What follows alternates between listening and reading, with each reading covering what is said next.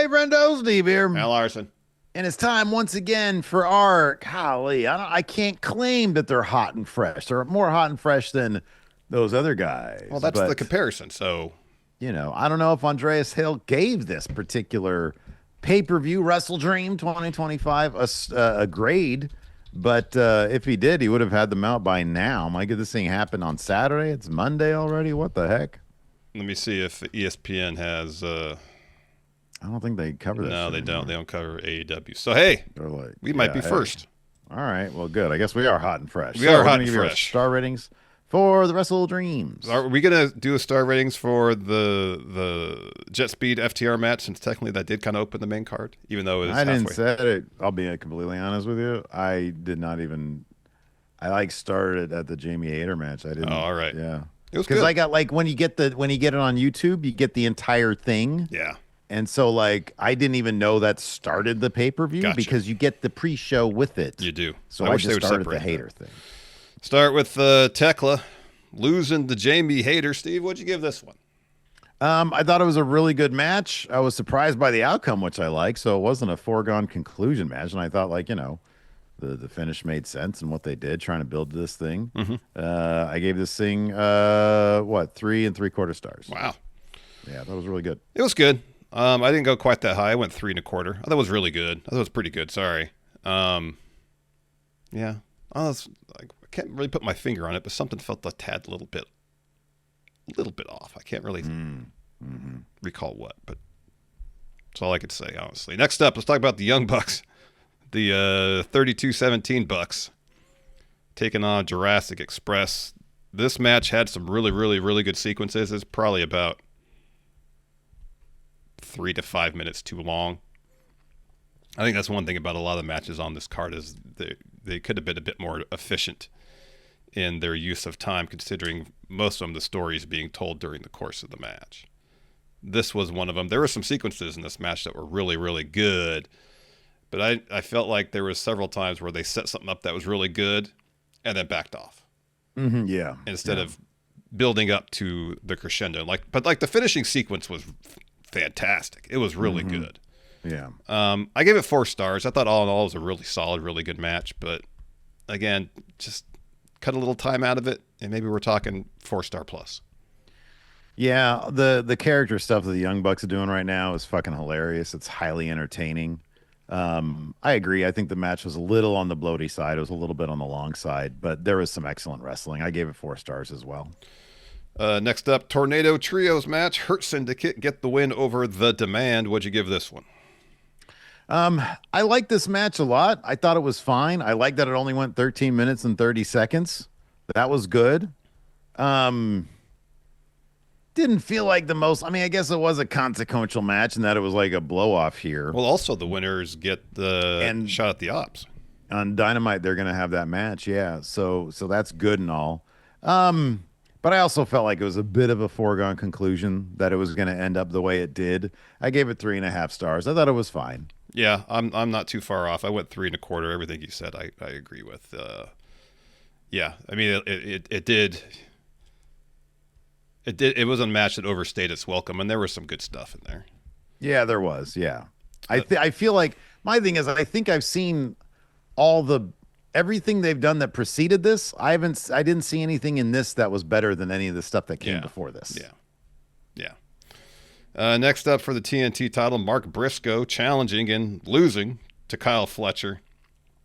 I didn't think this match was as good as their last pay-per-view bout, which out of nowhere was kind of amazing.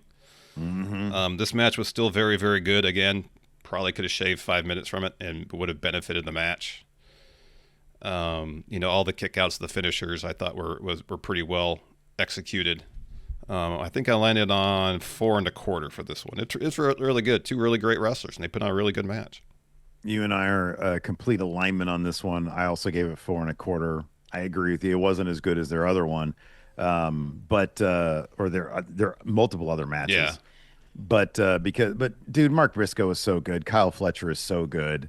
And yeah, I think you probably could have shaved some time off this one, but gosh darn it, man, these guys are both so damn good. They are so damn good, and the outcome, I did go with the predictions challenge. I went with 1 point on Mark Briscoe. Whoa. Yeah. And it didn't pay off. But that just illustrates to me, I love that they've built up Mark Briscoe to the point where I wouldn't have been shocked if he won this TNT championship. I didn't expect it, but I also wasn't going to bet against him.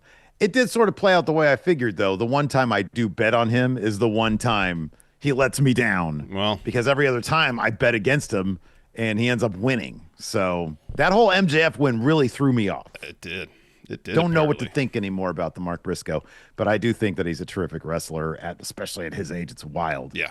So yeah, 4.25. Next up, we got Toni Storm challenging and losing in her bid to reclaim the AEW Women's World Championship against Chris Statlander. I think you go first here, Steve. What'd you give this one? Yeah, dude, I'll be honest with you. I understand the story they were telling. This one didn't quite hit. I feel like I've seen much better Toni Storm matches, and I've seen way better Chris Statlander matches. Like, Statlander is one of my favorites to watch in the ring. And for whatever reason, I don't know why. I mean, I thought the finish was really good from a character standpoint where Toni just says, just fucking end me, or whatever she said. So, yeah, man, I sort of landed on 3.25 for this one. I just wasn't really that into it. I thought I would be maybe it was my expectations were too high. I don't know. It just didn't really it didn't really hit me too hard. Yeah, I'm not too far off. I went 3.5 because I thought the wrestling was all really good. They took a unique approach to the story here, and it followed through with the match, and I appreciated that. Yeah, but something just didn't quite land with it. I can't really exactly put my finger on why. Yeah, I don't know. It was good. It was really good, but It felt a little like methodical in like a good way, I guess. Like it was most of the time when I say a match is methodical, I mean it's fucking slow and boring. yeah. This was methodical, I think, for a reason, Yeah. but it still didn't really hit the way I thought it would hit. Yeah. And, the basic story here where Stat had an answer for basically everything Tony did. I don't know. I didn't necessarily feel like they threw us a wrinkle at any point to question, all right, well, Stat's going to win this. You know? Yeah, right. Yeah. Like, it didn't seem like Tony had an answer in any capacity, at least one that could be sustained. Next up, Mercedes Moné defeating Mina Shirakawa to win the interim Ring of Honor Women's TV title. I gave this one the same grade as Tony versus Statlander. The finishing sequence I thought was excellent in this match. Yeah, but again, it's a same. situation whenever Mercedes is in the ring against anybody at this point, basically, except maybe Tony Storm and at Full Gear Statlander, we know she's going to win. Yeah. And it's quite an uphill battle to put doubt in the viewer's mind about the outcome being any different than Mercedes wins. And it literally took Mina kicking out of Mercedes' finisher to be like, all right, chance isn't high, but stranger things have happened. Yeah. And following that, the match got really, really good. Yeah, it did. Up until that point, the drama just wasn't there. So I landed on 3.5. I thought it was yeah, I'm sort of torn on this one. I landed on 3.5 as well.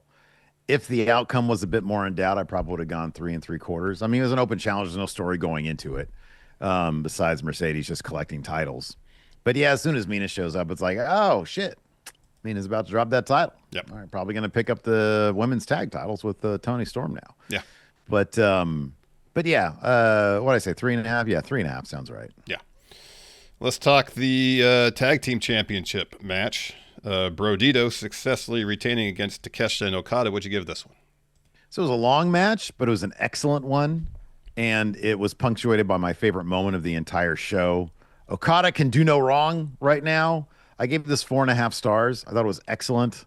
And yeah, the chemistry or the storyline lack thereof between Okada and Takeshita is so entertaining. Yeah. I love this match, even though, yeah, you probably could have shaved 5 minutes off it. Yeah. No, I'm in complete agreement. 4.5 stars. Copy and paste. Wrestling was really good.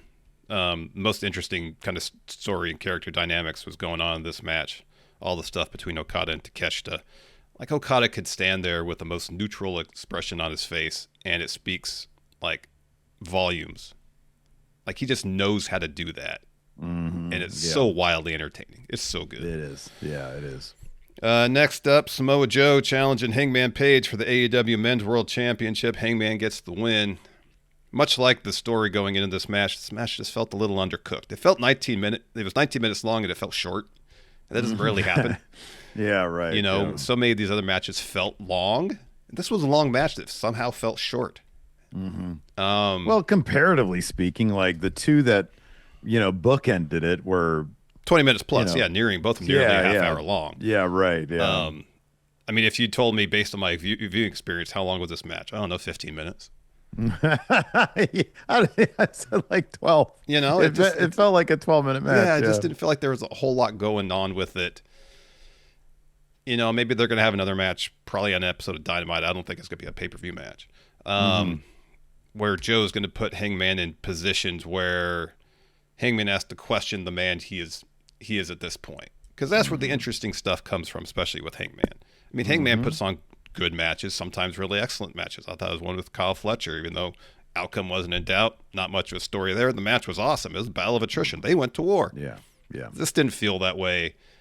Hangman's win was pretty decisive in the end. I gave it 3.5. It was good, but considering the matches Hangman has had thus far in his title reign, this one didn't really kind of stand up to that level. So yeah, I didn't even go 3.5. I went 3.25. It was just like, yeah, this is cool, but like, man, you're stacking up against an AEW pay-per-view where like all the the bar is set so high for these matches, and the story being so kind of undercooked. And maybe this is obviously Act 1 because the post-match angle saw Joe in the ops turn heel, even though he just got his ass handed to him in 19 minutes. He says you're not worthy of this. Well, I don't know what makes him worthy then, Joe. You better have a damn good explanation for why Hangman isn't worthy. This is Joe's explanation. Sour grapes. Yeah, yeah, exactly. He's just upset he lost. Yeah. So yeah, I did not stack up against the other matches. Finally, our main event, Darby Allin finally beating Jon Moxley in an I Quit match. What'd you give this one? I gave it 4.25.